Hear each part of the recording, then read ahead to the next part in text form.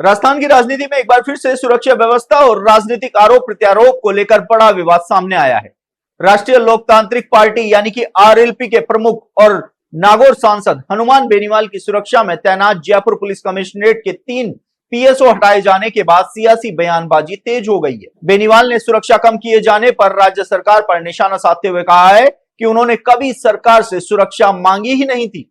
उनकी सुरक्षा के लिए प्रदेश के हजारों युवा हमेशा साथ खड़े रहते हैं, जिन्हें वह हनुमान सेना कहते हैं। बेनीवाल ने कहा है कि उन्हें सुरक्षा उस समय उपलब्ध कराई गई थी जब वह सब इंस्पेक्टर भर्ती परीक्षा विवाद को लेकर प्रदेश भर में आंदोलन चला रहे थे।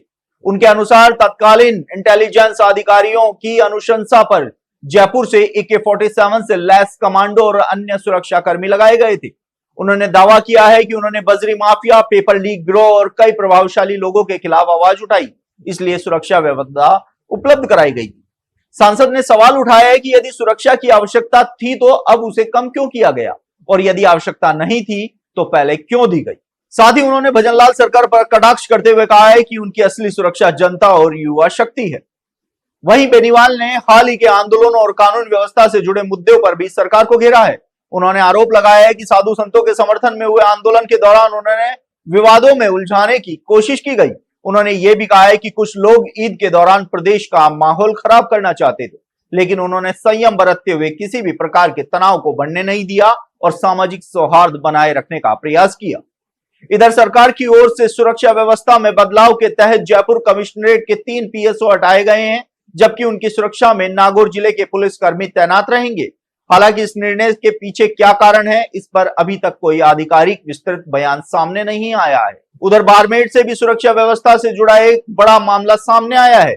शिव विधायक रविंदर सिंह भाटी के आत्मदाह प्रयास के प्रकरण में पुलिस ने कार्रवाई करते हुए उनके पीएसओ नखत सिंह को निलंबित कर दिया है।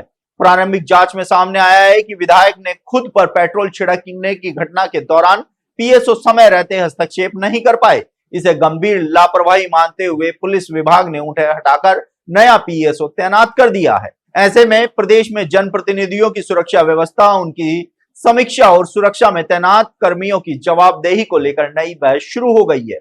अब देखना होगा कि सुरक्षा के लिए किए गए बदलावों को लेकर सरकार क्या स्पष्टीकरण देती है और विपक्ष इसे किस तरह से राजनीतिक मुद्दा बनाती है, ये भी देखने वाली बात होगी। आप देखते रहिए द नगरी न्यूज। मैं हूं ललित वर्मा।